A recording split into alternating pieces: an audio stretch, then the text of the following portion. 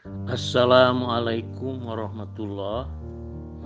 Bung Romli, diskusi ajaran Ahmadiyah dan Syiah ini suatu diskusi yang kurang lebih merupakan 2 poin. Pertama, ketika membahas Ahmad Haryadi, itu artinya kita akan berdosa karena beliau sudah meninggal, dan itu hukumnya adalah ghibah, ya, kita membicarakan Ahmad Haryadi. Kemudian yang kedua adalah fitnah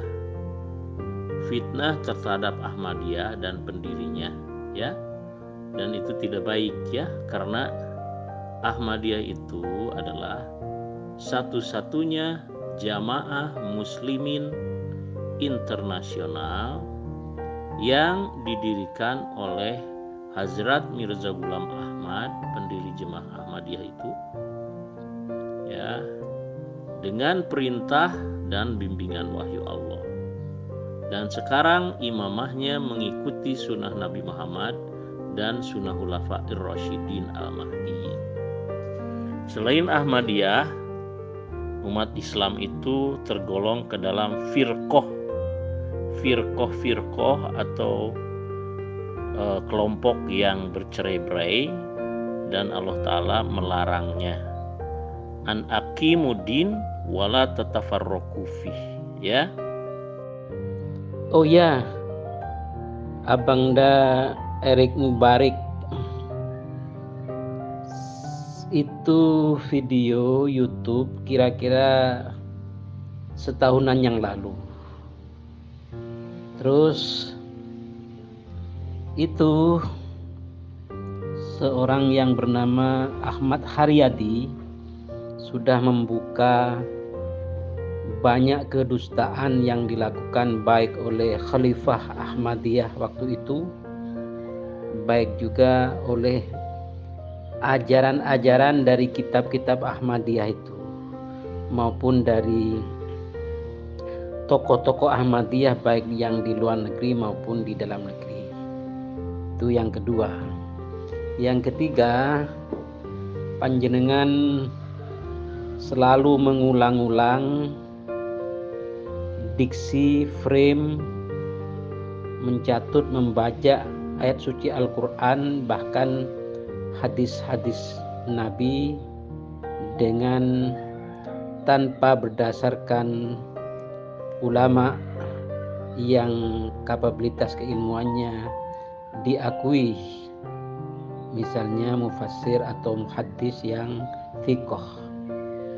Sedangkan panjenengan Abangda Erik Mubarik, pentolan Ahmadiyah Indonesia dari Parung, ya, itu mulai kenal dengan saya di room atau zoom ini sama sekali tidak pernah menampilkan tag asli dari kitab asli ulama yang muktabar tentang sanad keilmuannya ketika berbicara Al-Quran dan As-Sunnah.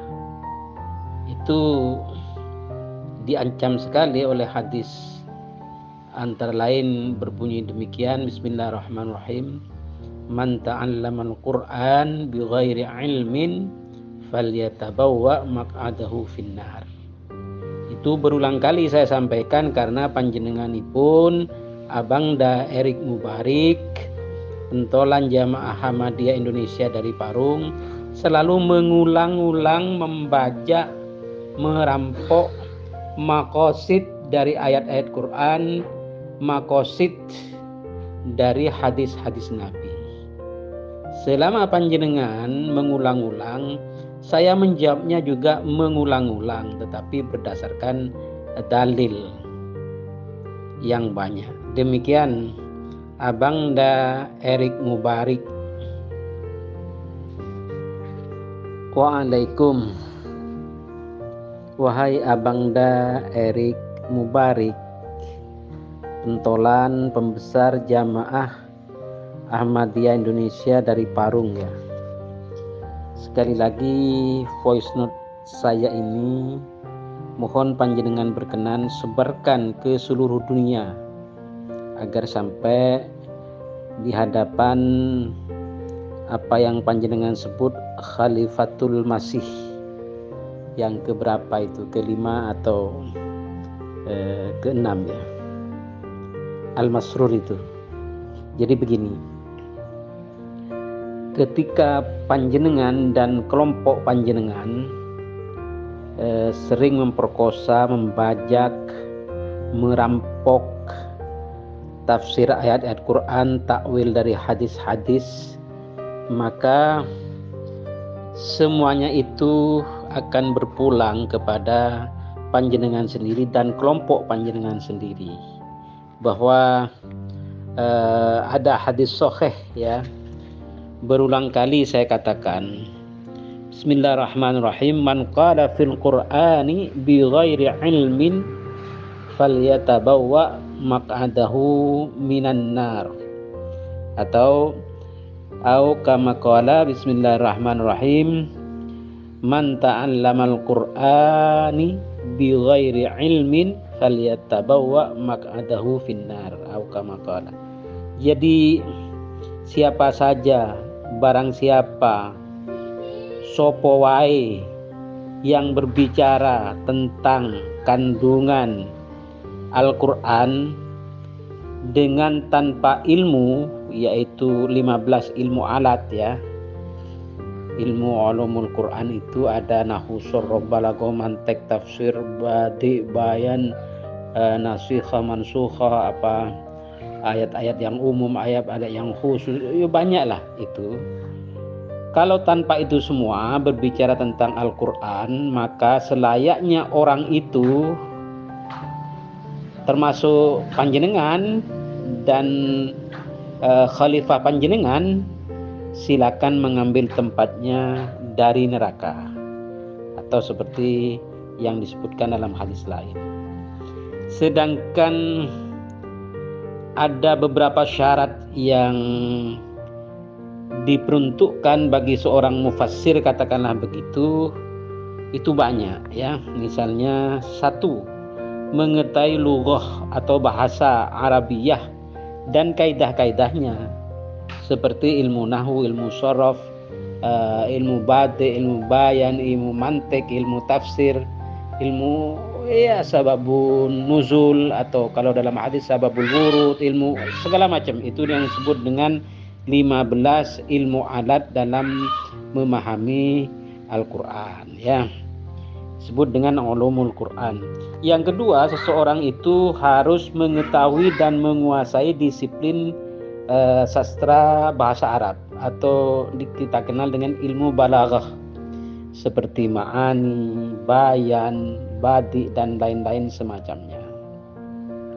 Kalau panjenengan dan khalifahnya panjenengan sekalipun, ya saya jamin 1 juta triliun persen pasti tidak bisa menguasai 15 ilmu alat. Wong fasohah ketika membaca itu sudah lebih bagus anak saya kok.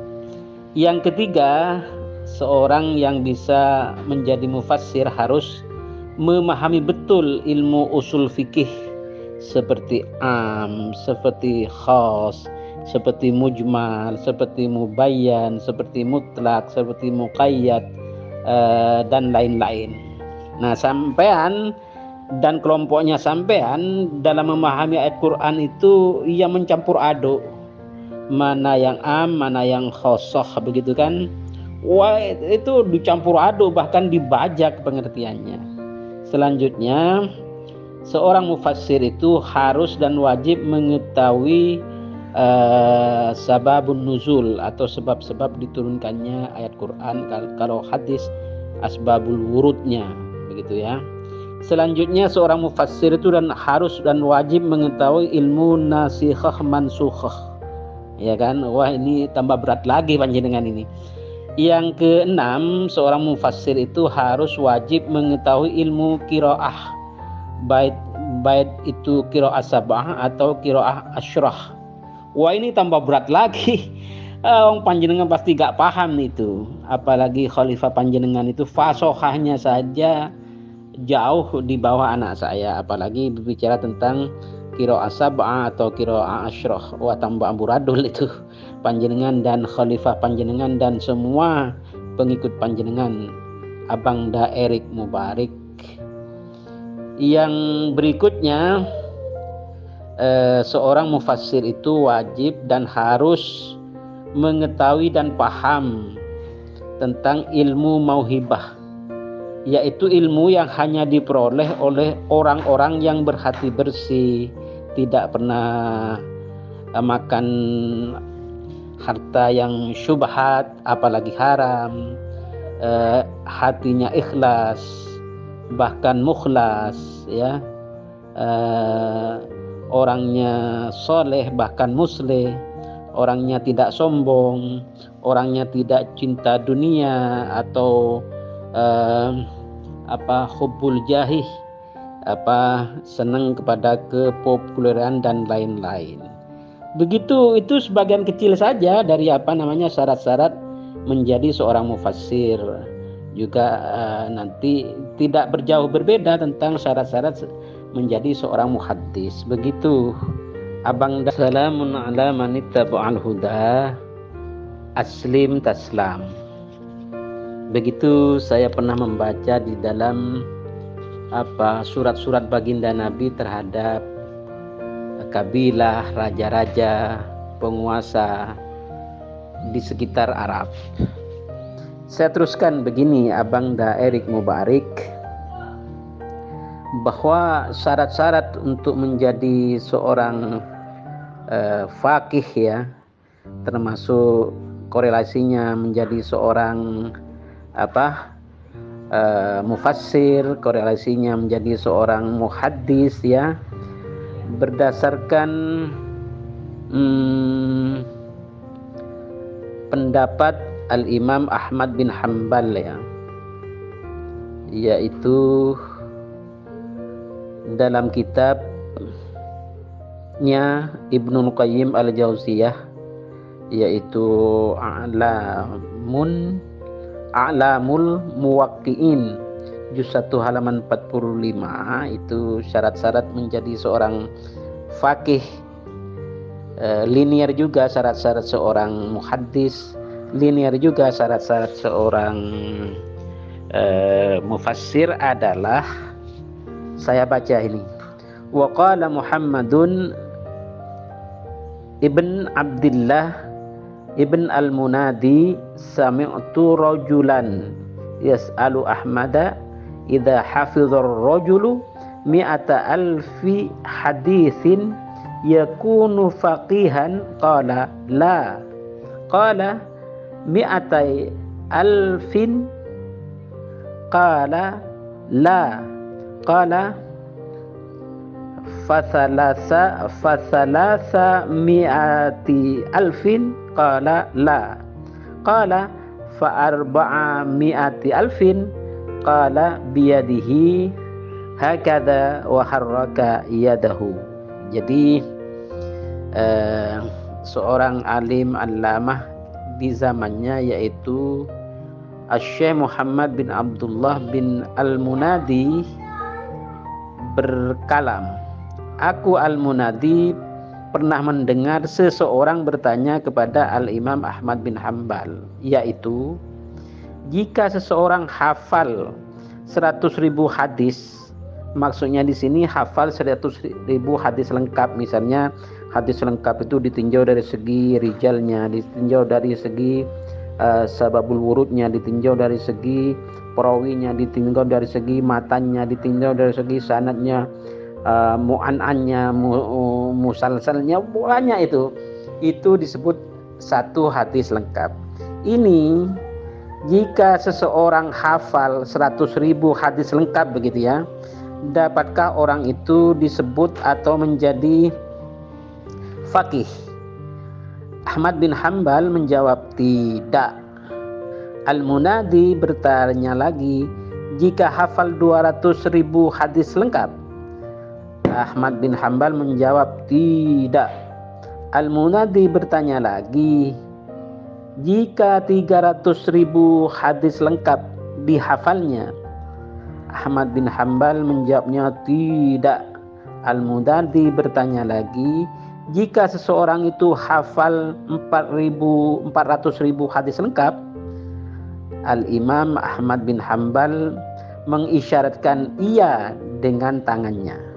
Itu harus 400.000 hadis lengkap. Sedangkan panjenengan, apalagi yang panjenengan sebut sebagai Khalifatul Masih itu, apalagi Mirza Ghulam Ahmad, saya yakin 1.000.000% tidak hafal satu hadis lengkap pun. Bisanya cuma memperkosa, membajak, merampok tafsir dari ayat-ayat Quran, takwil dari hadis-hadis. Dibuktikan di dalam kitab Tadhkirah yang sampean sebut Wahyu Muqaddas itu. Berisi sekitar 393 bajakan, rampokan tafsir Al-Quran dan takwil hadis-hadis Nabi. Demikian dulu dijawab Abang Da Erik Mubarik, pentolan pembesar Jamaah Ahmadiyah Indonesia dari Parung. Dijawab. Saya teruskan begini, Abang Da Erik Mubarik, bahwa syarat-syarat untuk menjadi seorang faqih ya, termasuk korelasinya menjadi seorang mufassir, korelasinya menjadi seorang muhaddis ya, berdasarkan pendapat Al-Imam Ahmad bin Hanbal ya, yaitu dalam kitabnya Ibnul Qayyim Al-Jauziyah, yaitu A'lamul Muwaqqi'in juz 1 halaman 45, itu syarat-syarat menjadi seorang faqih. Linier juga syarat-syarat seorang muhaddis, linier juga syarat-syarat seorang mufassir adalah, saya baca ini, wa qala Muhammadun ibn Abdullah ibn al-Munadi sami'tu rajulan yas'alu Ahmada idza hafizar rajulu mi'ata alfi hadithin yakunu faqihan, qala la, qala mi'atai alfin, qala la, qala fathalasa mi'ati alfin, qala la, qala fa mi'ati alfin, qala biyadihi hakadha wa harraka yadahu. Jadi seorang alim allamah di zamannya, yaitu Syekh Muhammad bin Abdullah bin Al-Munadi, berkalam, aku Al-Munadi pernah mendengar seseorang bertanya kepada Al-Imam Ahmad bin Hanbal, yaitu jika seseorang hafal 100.000 hadis, maksudnya di sini hafal 100.000 hadis lengkap. Misalnya hadis lengkap itu ditinjau dari segi rijalnya, ditinjau dari segi sababul wurudnya, ditinjau dari segi perawinya, ditinjau dari segi matanya, ditinjau dari segi sanadnya, mu'an'annya, musalsalnya, banyak itu disebut satu hadis lengkap. Ini jika seseorang hafal 100.000 hadis lengkap begitu ya, dapatkah orang itu disebut atau menjadi faqih? Ahmad bin Hanbal menjawab tidak. Al-Munadi bertanya lagi, jika hafal 200.000 hadis lengkap? Ahmad bin Hanbal menjawab tidak. Al-Munadi bertanya lagi, jika 300.000 hadis lengkap dihafalnya? Ahmad bin Hanbal menjawabnya tidak. Al-Munadi bertanya lagi, jika seseorang itu hafal 400.000 hadis lengkap? Al-Imam Ahmad bin Hanbal mengisyaratkan iya dengan tangannya. Itu harus 400.000 hadis lengkap. Sedangkan panjenengan, apalagi yang panjenengan sebut sebagai Khalifatul Masih itu, apalagi Mirza Ghulam Ahmad, saya yakin 1.000.000% tidak hafal satu hadis lengkap pun. Bisanya cuma memperkosa, membajak, merampok tafsir dari ayat-ayat Quran, takwil dari hadis-hadis. Dibuktikan di dalam kitab Tadhkirah yang sampean sebut Wahyu Muqaddas itu. Berisi sekitar 393 bajakan, rampokan tafsir Al-Quran dan takwil hadis-hadis Nabi. Demikian dulu dijawab Abang Da Erik Mubarik, pentolan pembesar Jamaah Ahmadiyah Indonesia dari Parung. Dijawab. Masya Allah. Habib Karim Segaf Bahlega As-Segaf Ba'alawi Al-Husaini. Para netizen yang terhormat di dalam grup khusus voice note ini, beliau ini Habib Karim Segaf Bahlega As-Segaf Ba'alawi Al-Husaini adalah Ketua LBM PCNU Jakarta Pusat. LBM itu apa? Lembaga Bahthul Masail, ya, dari pengurus cabang NU Nahdlatul Ulama Jakarta Pusat. Jadi kalau membahas tentang Ahmadiyah, tentang Syiah Imamiyah atau Syiah yang lain, tentang Wahabi, itu sudah menjadi rutinitas Habib Karim Segaf Bahlega As-Segaf Ba'alawi Al-Husaini sehari-hari itu.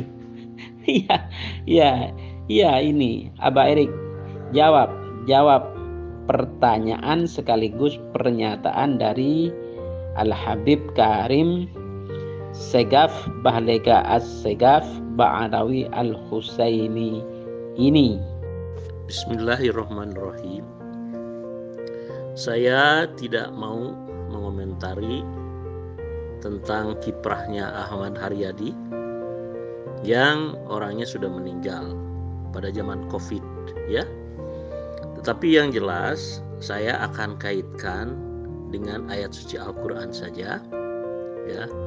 Jadi beliau itu pertama ketika masih jadi mubalik Ahmadiyah, beliau menantang mubahalah dengan Haji Irfan, seorang ustadz kampung. Nah, itu sudah merupakan suatu pelanggaran terhadap Al-Quran, karena mubahalah itu sesuai dengan sunnah Rasulullah adalah dilakukan oleh Rasulullah SAW menantang Al-Aqib atau Abdul Masih yang merupakan delegasi Kristen dari Najran dengan 70 orang delegasinya, karena yang dimubahalahkan adalah tentang ketuhanan Yesus Kristus. Nah, dari situ Rasulullah menantang. Dasarnya adalah surah Ali Imran ayat 61. Beliau sallallahu alaihi wasallam diperintah Allah Ta'ala untuk menantang mubahalah itu dengan Al-Aqib atau Abdul Masih. Ya, beliau punya umat, punya keluarga. Abdul Masih, Al-Aqib juga sama. Nah, sekarang bagaimana dengan Ahmad Haryadi? Kan tidak ada. Dia tidak punya umat. Beliau adalah justru umat Ahmadiyah pada saat itu. Yang kedua, kemudian beliau menantang khalifah setelah keluar itu, ya. Nah, itu sebetulnya bukan keluar, dia tuh dipecat, Pak. Jadi oleh karena itu saya tidak mau melanjutkan lagi membahas Ahmad Haryadi. Cuman yang saya pinpointkan adalah mengenai tantangan mubahalah yang suatu amalan yang bertentangan dengan sunnah Rasulullah SAW. Oke. Nah, dan yang kedua, Anda menginginkan saya menampilkan tafsir-tafsir dari ulama mu'tabaroh, ya kan? Nah, sekarang saya katakan Al-Quran ada di dalam surah Al-Waqiah ayat 79 yang menyatakan bahwa hanyalah orang-orang yang disucikan yang dapat memahami hakikat Al-Quran, bukan ulama, karena ulama itu sudah bercerai-berai, ya. Di antara buku-buku yang Rom ditampilkan, ya, semuanya bukan terbitan Jamaah Ahmadiyah. Hanya satu saja yang ditulis oleh Bapak Sukri Bawar Barmawi, yaitu Nabi Isa dari Palestina ke Kashmir. Hanya itu saja. Yang lain itu dibuat oleh para penentang Ahmadiyah, sehingga apa yang dirujuk oleh mereka pun kebanyakan salah atau dinisbahkan kepada buku Ahmadiyah, tetapi pemahamannya belum tentu benar. Karena apa? Karena di dalam buku-buku Ahmadiyah itu ada yang muhkamat, ada yang mutasyabihat. Nah, pada umumnya yang dikomentari oleh para penentang itu adalah yang mutasyabihat, sehingga pemahamannya salah, komentarnya pun tentu akan salah, bahkan akan berdana mengejek atau seolah-olah Hazrat Mirza Ghulam Ahmad kurang ajar, kan begitu. Dan itu tidak perlu dibahas. Makanya supaya kita bisa memahami Imam Mahdi atau Nabi Isa akhir zaman dengan benar, mari kita bahas berdasarkan Al-Quran dan sunnah atau hadis Rasulullah SAW, ya.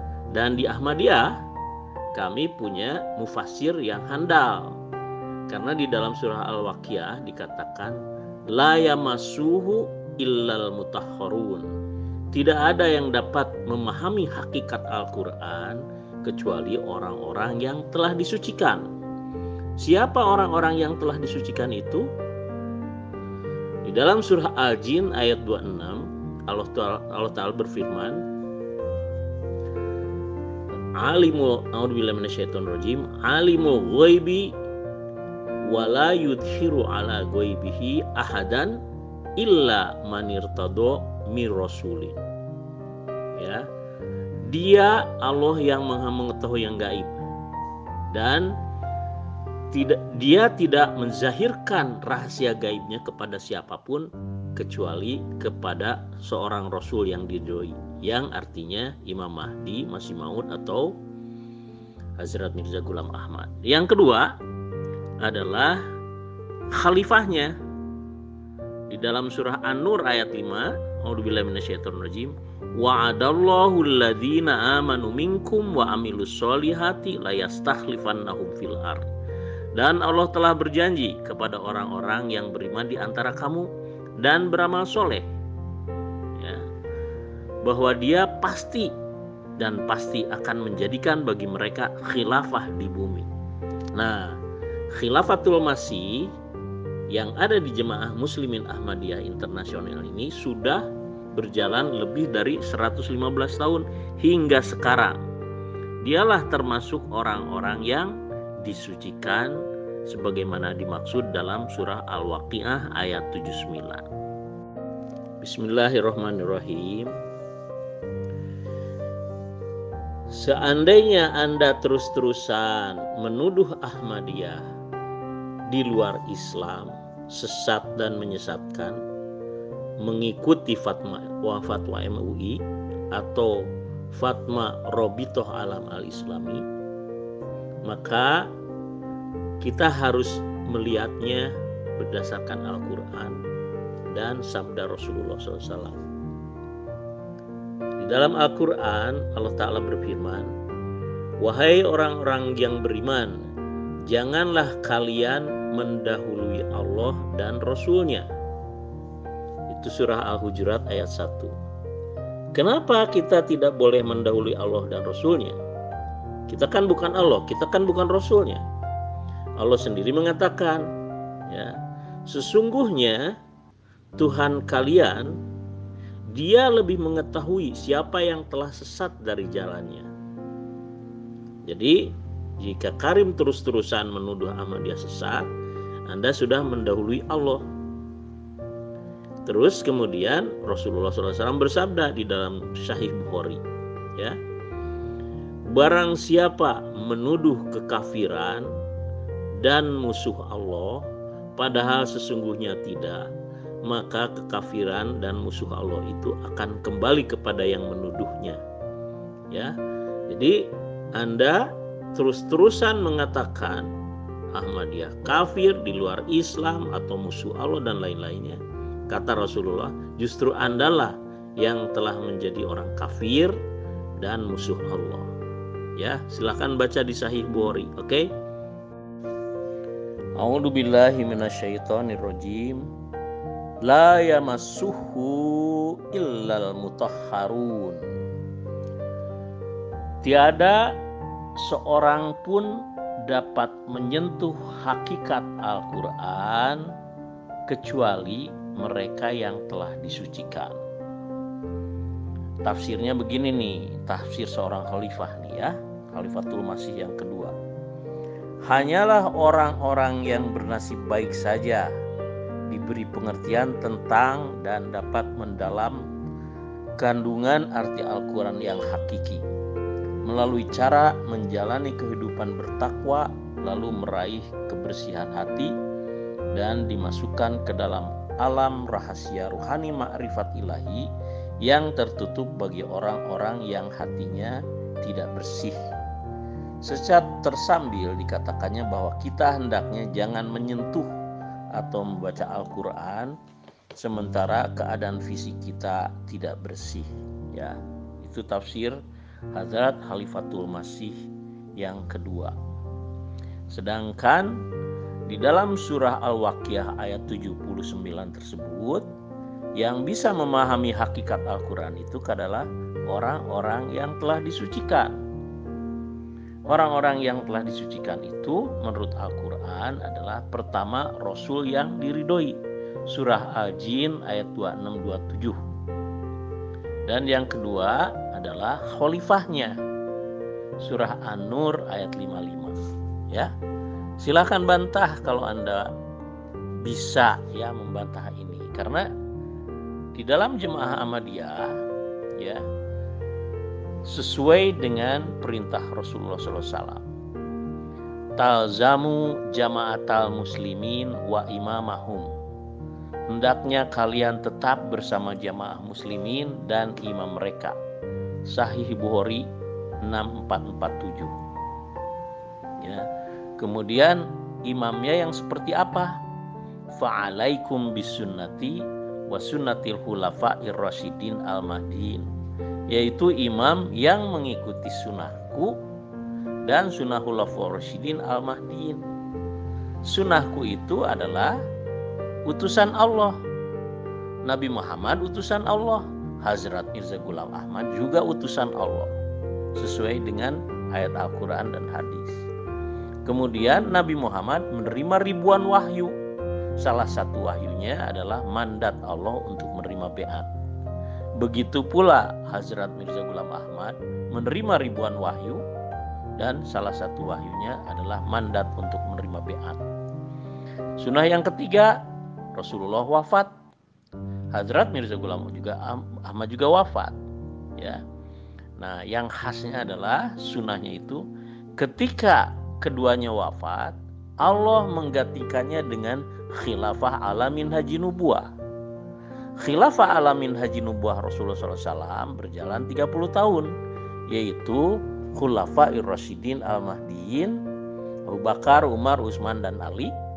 Sedangkan setelah Hazrat Mirza Ghulam Ahmad wafat, khilafahnya sudah berjalan lebih dari 115 tahun hingga sekarang, dan khalifahnya sudah sampai yang kelima. Ya. Dan semuanya itu dijadikan oleh Allah Ta'ala sesuai dengan surah An-Nur ayat 55. Ya. Waalaikum Abangda Erik Mubarik pentolan pembesar Jamaah Ahmadiyah Indonesia dari Parung. Lagi-lagi panjenengan ini berdusta. Yang pertama, bahwa Ustadz Ahmad Haryadi wafat bukan karena kalah mubahalah, tetapi justru menang mubahalah, ya. Jadi fakta sejarah ini dari almarhum jangan dibolak-balik. Itu yang pertama. Yang kedua, sampean juga berdusta, Abang Da Erik Mubarik, bahwa konsep mubahalahnya Ustadz Ahmad Haryadi itu menurut panjenengan adalah salah karena tidak sesuai dengan sebab-sebab turunnya ayat tentang mubahalah itu. Tetapi ya, dalam buku yang berjudul Ahmadiyah dan Pembajakan Al-Quran karangan Muhammad Amin Jamaluddin, ya, penerbit Lembaga Penelitian dan Pengkajian Islam LPPI, ya, di mana halaman 65 ini justru dari ayat tadzkirah yang sampean sebut sebagai wahyu muqaddas itu, ya, terutama di halaman 157, bahwa Mirza Ghulam Ahmad mengarang wahyu palsu karena ternyata sakit hati cintanya bertepuk sebelah tangan terhadap seorang gadis rupawan Muhammadi Begum. Lalu karena cintanya bertepuk sebelah tangan, maka Mirza Ghulam Ahmad mengarang wahyu palsu lagi, yaitu di Tadzkirah halaman 160 dan 161. Pada prinsipnya mengancam bahwa Mirza Muhammadi Begum dan suaminya itu akan mati, ya. Tetapi kejadian ini tidak pernah terbukti, bahwa ternyata fakta sejarah Muhammadi Begum dan suaminya ikut aktif dalam Perang Dunia Kedua.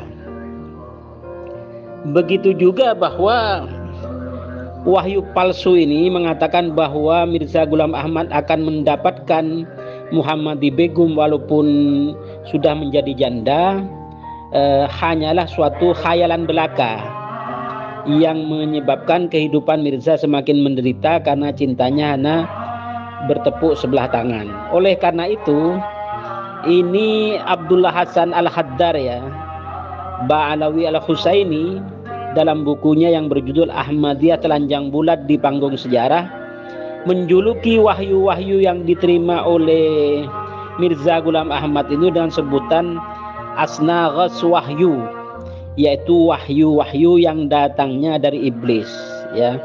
Silakan dilihat di dalam buku Ahmadiyah Telanjang Bulat di Panggung Sejarah.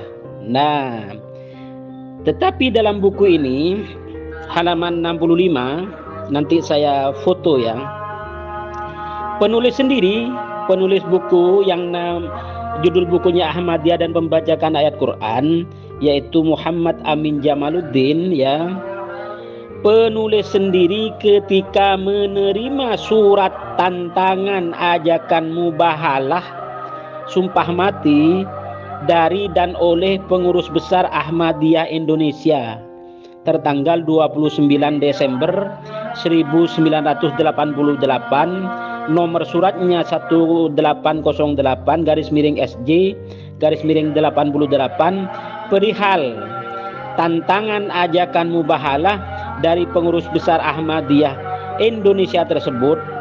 Dalam surat jawaban penulis nomor 023-LPPI-3-3-89 tertanggal 3 Januari 1989 dengan tegas mengatakan bahwa berdasarkan keyakinan saya, Muhammad Amin Jamaluddin bahwa Mirza Ghulam Ahmad bukan nabi utusan Allah, melainkan dia adalah utusan setan dan iblis yang berwujud manusia dusta yang mengacak-ngacak agama Islam dan kitab suci Al-Quran, dan misi yang dibawanya adalah misi setan dan iblis. Dan apa wahyu yang diakuinya sebagai wahyu dari Tuhan tersebut bukan wahyu dari Tuhan, tetapi bisikan dari setan dan iblis. Jadi dari kenyataan ini, yang menantang dan mengajak mubahalah justru pengurus besar Ahmadiyah Indonesia pada tanggal 29 Desember 1988, nomor suratnya 1808-SJ-88. Ini fakta sejarah ini. Jadi panjenengan itu gak bisa asal ngomong dusta lagi. Yang melakukan mubahalah ini pengurus besar panjenengan kok. Itu yang pertama dulu. Setelah itu kita tanggapi yang lain. Wahai Abangda Erik Mubarik ya, pentolan pembesar Jamaah Ahmadiyah Indonesia dari Parung, lagi-lagi panjenengan berdusta. Jadi dipecatnya Ahmad Haryadi bukan sebelum beliau membongkar ya ajaran kesesatan Ahmadiyah yang dilakukan oleh Mirza Ghulam Ahmad, oleh tokoh-tokohnya, tetapi setelah beliau membongkar kesesatan Mirza Ghulam Ahmad dan ajaran-ajarannya juga pengikut-pengikutnya, maka ya secara otomatis dipecatlah. Bagaimana tidak dipecat? Sudah dibongkar terlebih dahulu ya di dalam buku Mengapa Saya Keluar dari Ahmadiyah Qodiani ini. Ini panjenengan bohong lagi, membalikkan fakta sejarah. Yang jangan bohong lah Abah Erik Mubarik. Ketahuan kalau bohong, saya penuh referensi ini. Jadi sampean bolak-balik fakta sejarah tentang seorang itu pasti ketahuan. Anda langsung menuduh berdusta kepada saya. Ya, 2 kali itu di situ. Terus kemudian yang ketiganya merujuk kepada buku Amin Jamaluddin. Nah, itu tentu saja isinya ngaco itu, ya. Dia tidak paham itu buku-buku Ahmadiyah itu Amin Jamaluddin. Begitu pula Ahmad Haryadi, dia telah mubahalah ya. Pertama dengan Haji Irfan, yang kedua melawan Khalifah. Padahal di sini dikatakan ya di dalam surah Ali Imran ayat 61 itu. Bahasa Indonesianya aja ya. Maka barang siapa berbantah dengan engkau wahai Muhammad tentang dia setelah datang kepada engkau ilmu, maka katakanlah, marilah kita memanggil anak laki-laki kami dan anak-anak laki-laki kamu, dan perempuan-perempuan kami dan perempuan-perempuan kamu, dan orang-orang kami dan orang-orang kamu. Kemudian kita berdoa supaya laknat Allah ditimpakan atas orang-orang yang berdusta. Nah, kan udah jelas. Ini Rasulullah mengajak mubahalah itu kepada Al-Aqib atas perintah Allah. Katakanlah, marilah kita memanggil anak-anak laki-laki kami, kan itu. Cool. Nah, sedangkan Ahmad Haryadi, apa dia? Dia bukan pemimpin umat pada waktu dengan Haji Irfan. Kemudian menantang khalifah juga dia tidak ada kapasitasnya. Tidak ada perintah Allah yang dia terima berupa wahyu, ya. Jadi sudahlah, lupakan ya. Ahmad Haryadi, Amin Jamaluddin itu sudah meninggal, Pak. Ya, jadi tidak perlu kita bahas lagi karena akan kena hukum ghibat. Yang terakhir tentang tafsir Quran surat Al-Waqiah ayat 79. La yamassuhu illal mutahharun itu ya. Yang dimaksud di sana adalah ketika Al-Quran itu tidak dapat disentuh oleh orang-orang yang disuci kecuali oleh hamba-hamba yang disucikan. Maksudnya yang suci dari jinabah dan hadas, ya. panjenengan mengarahkan kepada siapa, terus kepada bukan ulama lagi, itu ngawur panjenengan. Ini terbukti panjenengan ayat Quran surat Al-Waqiah ayat 79 panjenengan rampok, panjenengan baca tafsirnya kok tidak berdasarkan mufassir ya. Saya lanjutkan. Yakni yang suci dari jinabah dan hadas. Mereka mengatakan bahwa lafal ayat merupakan kalimat berita, tetapi yang dimaksud ialah kalimat perintah. Dan mereka mengatakan bahwa yang dimaksud Al-Quran adalah mushaf, sebagaimana yang disebutkan di dalam hadis diriwayatkan oleh Imam Muslim melalui Ibnu Umar bahwa Rasulullah SAW telah melarang berpergian membawa Al-Quran ke negeri musuh karena dikhawatirkan Al-Quran itu dirampas oleh musuh. Ini bukan menurut saya. Dan mereka menguatkan pendapatnya dengan hadis yang diriwayatkan oleh Imam Malik di dalam kitab Al-Muwatta dari jalur Abdullah ibnu Abu Bakar ibnu Muhammad ibnu Amr ibnu Hazm sehubungan dengan surat yang dikirim oleh baginda Rasulullah SAW ditujukan kepada Amr ibnu Hazm bahwa tidak boleh menyentuh Al-Quran kecuali orang suci. Abu Dawud telah meriwayatkan di dalam himpunan hadis-hadis mursalnya melalui Az-Zuhri yang mengatakan bahwa aku telah membaca lembaran yang ada pada Abu Bakar ibnu Muhammad ibnu Amr ibnu Hazm bahwa Rasulullah SAW telah bersabda, tidak boleh menyentuh Al-Quran kecuali orang yang suci. Ini merupakan alasan yang baik, telah dibaca oleh Az-Zuhri dan lain-lainnya, dan hal yang semisal dengan pendapat yang dianjurkan untuk dipakai. Ad-Daruqutni telah mengisnadkan dari Amr ibnu Hazm dan Abdullah ibnu Amr serta Utsman ibnu Abul Asim, tetapi dalam sanad masing-masing dari keduanya perlu diteliti kembali. Hanya Allah lah yang maha mengetahui. Ya, jadi ya begitulah kalau kalau membaca tafsir itu dari ulama mufassir, panjenengan itu memperkosa ulama bercerai-berai. Oh, apakah ulama itu bukan seorang mufassir ketika memenuhi syarat-syarat sebagai mufassir? Itu panjenengan menfitnah lagi ya. Jadi yang dimaksud orang suci di sana adalah menurut pendapat sahabat, menurut pendapat tadi tabi'in dari para mufassir ya, dari ahli hadis, yang dimaksud orang suci di sana adalah suci dari najis dan hadas. Nanti ada penafsiran lain kalau terlalu panjang. Saya menampilkan satu tafsir saja dari berbagai referensi ini untuk membuktikan bahwa panjenengan itu ahli rampok, ahli bajak ya tentang ayat-ayat Al-Quran. Itu saja dulu. Saya tidak berdusta. Saya bukan pentolan yang dari Parung ya. Saya di Bogor, orang Ahmadiyah Bogor ya.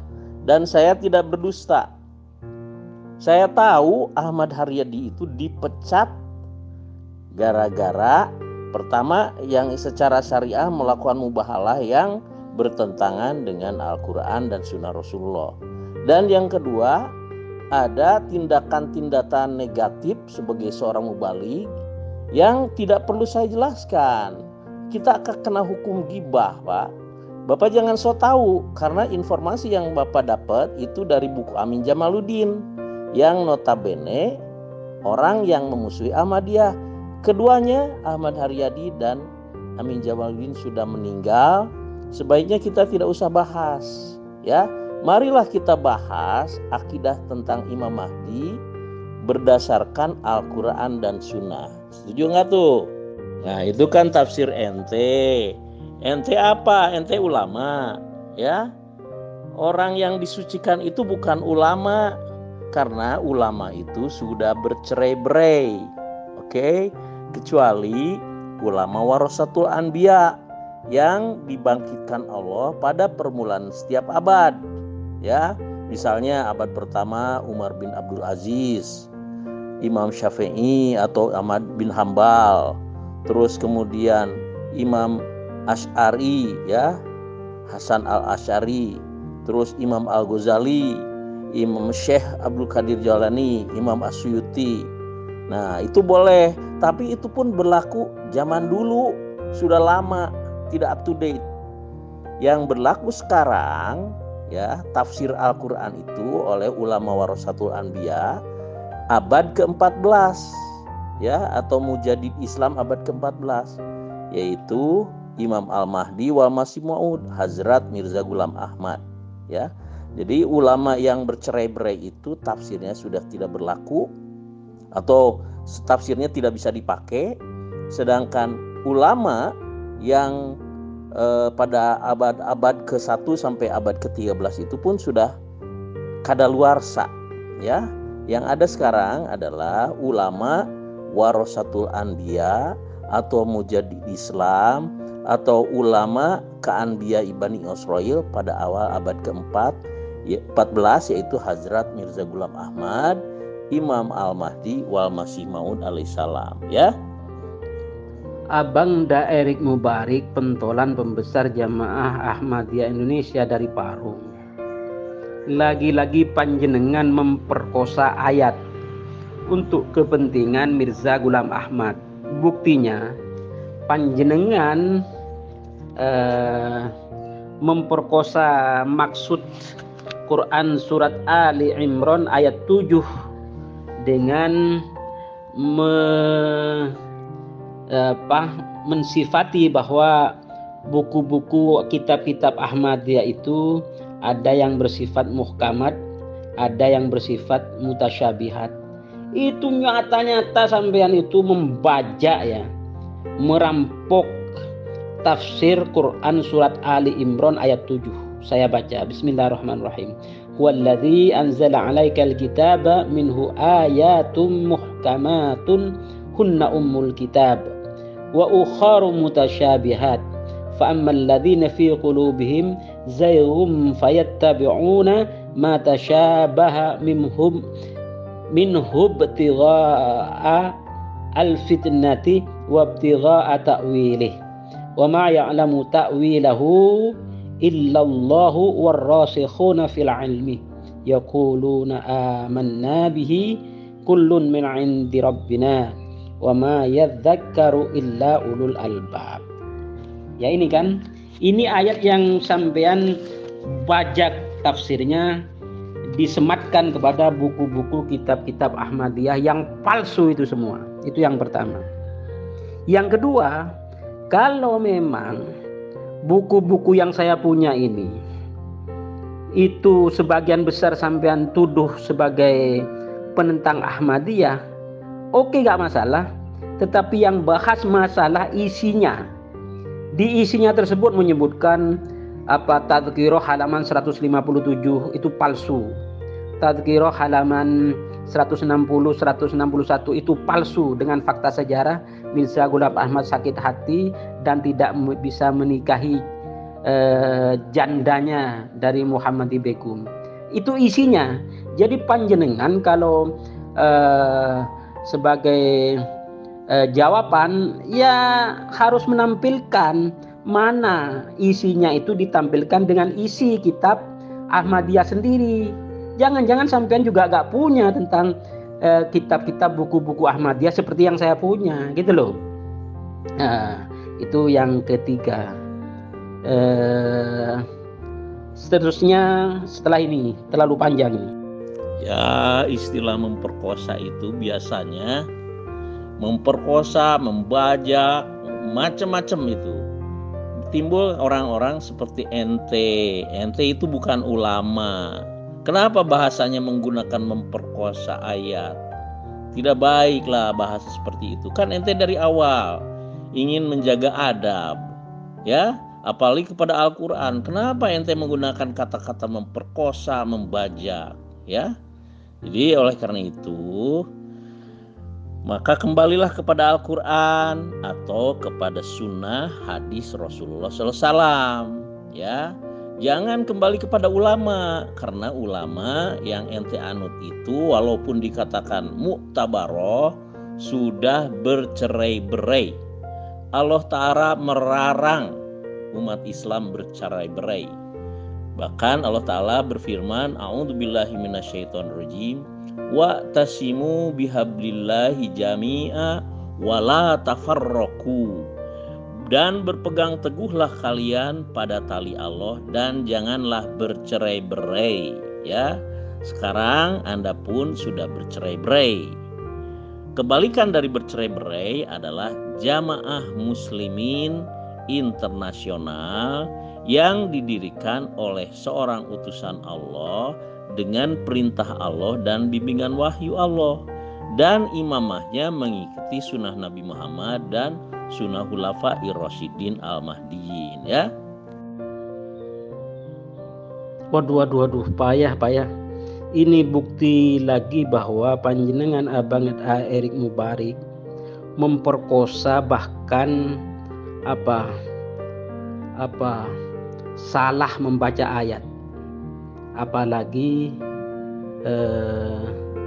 menafsirkannya tanpa ilmu lagi. Buktinya tadi sampai membaca la yamassuhu, sinnya panjang, illal mutahharun, itu ha. Salah itu, yang benar la yamassuhu illal mutahharun, pakai ha, sinnya tadi tidak panjang. Itu saja sampean sok-sokan, terbukti pendusta, pembohong besar. Yang kedua, panjenengan ternyata berdusta, pembohong besar tentang membaca Quran surat Al-Jin ayat 26 itu dengan tambahan-tambahan. Yang benar Quran surat Al-Jin ayat 26 berbunyi begini. Bismillahirrahmanirrahim. Alimul ghaibi fala yudhiru ala ghaibihi ahadan. Jadi dialah Allah yang maha mengetahui, yang maha gaib, yang maha mengetahui sesuatu yang gaib, begitulah. Maka dialah Allah tidak memperlihatkan kepada seorang pun tentang yang gaib itu, ya. Jadi ayat ini, ya,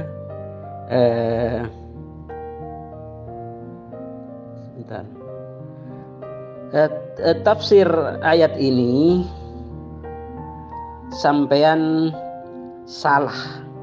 Jadi ayat ini tidak pernah bersentuhan baik secara langsung maupun tidak langsung dengan Mirza Ghulam Ahmad.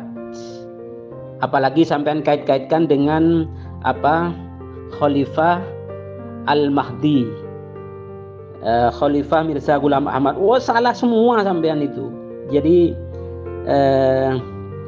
tafsir lengkap tentang ayat ini adalah Allah menerangkan bahwa Dia Allah mengetahui semua yang gaib, tidak terlihat dan tidak diketahui oleh hamba-hambanya.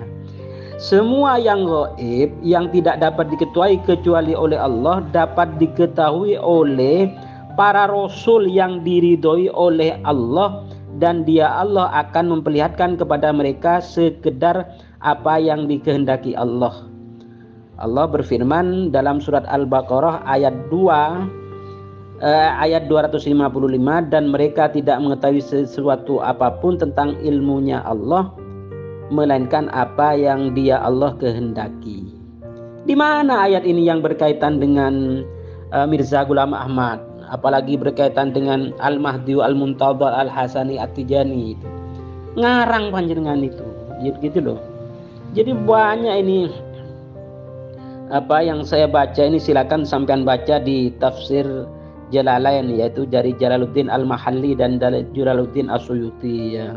Silakan sampean baca dari tafsir Ibnu Katsir, Ismail bin Umar Al-Quraisy bin Katsir, ya. Silakan, banyak kalau kita baca. Jadi sekali lagi panjenengan terbukti, ya, di dalam voice ini panjenengan itu di samping membaca ayat itu salah, apalagi menafsirkannya. Itu saja kok. Nah, ente menuduh saya berdusta, merampok dan macam-macam, ya. Kemudian ente membacakan la yamassuhu ilal mutahharun. Saya kan baca begitu. Oke. Sekarang kita tidak usah membahas tentang bacaannya. Nah, ente juga bacaan ente juga kurang bagus. Apalagi, ya, tidak mengikuti tata tertib atau rukun membaca Al-Quran. Di dalam surah An-Nahl ayat 94 Allah Ta'ala berfirman, ya, fa idza qara'tal qur'ana fasta'id billahi minasyaitonir rajim. Nah, itu perintah tuh. Jadi jika a'udzubillahi minasyaitonir rajim, fa idza qara'tal qur'ana fasta'id billahi minasyaitonir rajim. Yang artinya jika kalian hendak membaca Al-Qur'an, hendaknya berlindung kepada Allah dari godaan setan yang terkutuk, ya. A'udzubillahi minasyaitonir rajim. Sehingga ketika membahas ayat-ayat lain pun, maka Anda akan mendapatkan bimbingan Allah Ta'ala. Oke? Nah, jadi oleh karena itu, untuk bisa menghindari perkataan-perkataan buruk, ya, seperti merampok, berdusta, hindarilah seperti itu dengan a'udzubillahi minasyaitonir rajim. Oke? Nah, sekarang Anda tadi membahas surah Al-Jin ayat 26 saja. Ya. Tetapi kalau Anda membahas ayat berikutnya, itu kan ada dikecualikan. A'udzubillahi minasyaitonir rajim. Alimul ghaibi fala yudhiru ala ghaibihi ahadan illa manirtado mirasuli. Dialah yang mengetahui yang gaib, maka dia tidak menzahirkan rahasia gaibnya kepada siapapun kecuali kepada Rasul yang dia ridhoi. Nah, siapa Rasul yang dia ridhoi di sini?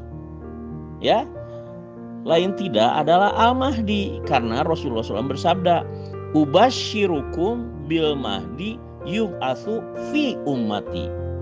Aku kabarkan kepada kalian berita gembira tentang tentang Al-Mahdi yang akan diutus Allah dari antara umatku. Jadi Al-Mahdi itu adalah seorang rasul umatnya Nabi Muhammad Sallallahu Alaihi Wasallam. Kata Rasulullah SAW sendiri, ya. Abang Da Erik Mubarik, pentolan pembesar Jamaah Ahmadiyah Indonesia dari Parung. Lagi-lagi panjenengan ini maunya, ya, menyerang Habib Karim Bahlega Assegaf, Ketua Lembaga Bahsul Masail PCNU Jakarta Pusat. Tetapi nyatanya voice note panjenengan sendiri menghantam panjenengan sendiri bahwa Quran surat Al-Hujurat, ya, ayat 1 itu, ya, tafsirnya, ya, tidak ada tertuju kepada pendapatnya Al-Habib Karim Bahlega Assegaf, tetapi tafsirnya yaitu tertuju kepada panjenengan sendiri dan kelompok panjenengan sendiri, yaitu ayat ini menjelaskan larangan tentang mendahului Allah Subhanahu wa taala dan Rasulnya, maksudnya di sini baginda Rasulullah SAW. Dalam bentuk mendahului tersebut sangat banyak maksudnya, antara lain yang pertama, lancang berpendapat terhadap permasalahan agama tanpa melihat bagaimana hukum Islam terhadap masalah tersebut. Orang itu tidak melihat bagaimana Allah Subhanahu wa taala dan Rasulnya baginda Rasulullah SAW menjelaskan tentang hukum tersebut, akan tetapi langsung berpendapat bahwa hukum permasalahan tersebut adalah menurut dirinya atau menurut orang lain. Nah, ini panjenengan sering melakukan ini. Jadi menafsirkan ayat, ya, dengan seenak perutnya panjenengan sendiri, mentakwilkan hadis seenak perutnya panjenengan sendiri, semuanya ditujukan kepada Mirza Ghulam Ahmad. Ini menghantam panjenengan sendiri kok ayat ini. Pengertian yang kedua, bahwa mendahulukan diri kalian atau orang lain di atas Allah Subhanahu wa taala dan Rasulnya, yaitu baginda Muhammad sallallahu alaihi wasallam. Berkata Al-Imam Asy-Syafi'i, ajma'al muslimuna ala anna man ashtabanat lahu sunnatu Rasulillah sallallahu alaihi wasallam lam yakun lahu anna yada'aha liqauli ahadin minan nas. Jadi telah bersepakat seluruh kaum muslimin, jumhur maksudnya, bahwa saja barang siapa yang telah jelas baginya sunnah Rasulullah SAW, maka tidak boleh baginya untuk meninggalkan sunnah tersebut dikarenakan satu perkataan seseorang pun. Dan juga beliau Asy-Syafi'i berkalam, idza sahhal hadits fahuwa madhhabi. Jika telah sah suatu hadis, maka itulah madhabku. Dan juga dalam riwayat lain, idza sahhal haditsu khilafa qawli fa'malu bil hadithi watruku qawli. Jika telah sah suatu hadis menyelisih perkataanku, maka amalkanlah oleh panjenengan semua hadis tersebut dan tinggalkanlah perkataanku. Banyak ini. Dan bahkan Imam Malik berkalam, kullun yu'khadhu min qawlihi wa yuraddu illa sahib hadzal qabr. Setiap orang diambil pendapatnya atau perkataannya dan ditolak pendapatnya atau perkataannya kecuali penghuni kubur ini. Maksudnya baginda Nabi Muhammad SAW. Jadi ketika beliau itu ziarah ke Maqbaratus Syarif di Madinatul Munawwarah maksudnya. Ketiga, dan di antara bentuk mendahului Allah Subhanahu wa taala dan Rasulnya baginda sallallahu alaihi wasallam sebagaimana yang dijelaskan oleh para ulama, di antaranya Al-Qurtubi, yaitu seseorang membuatkan ide kepada Allah Subhanahu wa taala. Contohnya, jika seseorang mengatakan coba turun ayat tentang ini, atau mengapa tidak turun ayat tentang ini, atau mengapa Nabi Muhammad sallallahu alaihi wasallam tidak mengharamkan tentang ini, atau ya bertanya-tanya begitu-begitu. Itu pengertian banyak lagi. Jadi tidak ada dalam Quran surat Al-Hujurat ini, baik makna dan tafsirnya menurut para mufassir, yang menolak ya pendapat dan pernyataan Al-Habib Karim Bahlega As-Segaf Ba'alawi Al-Husaini, baik sebagai pribadi maupun sebagai Ketua Lembaga Bahsul Masail PCNU Jakarta Pusat. Abah Erik ini selalu tanpa referensi. Kalau saya tanyakan, selanjutnya itu membuang-buang ilmu saya terlalu mahal kepada panjenengan.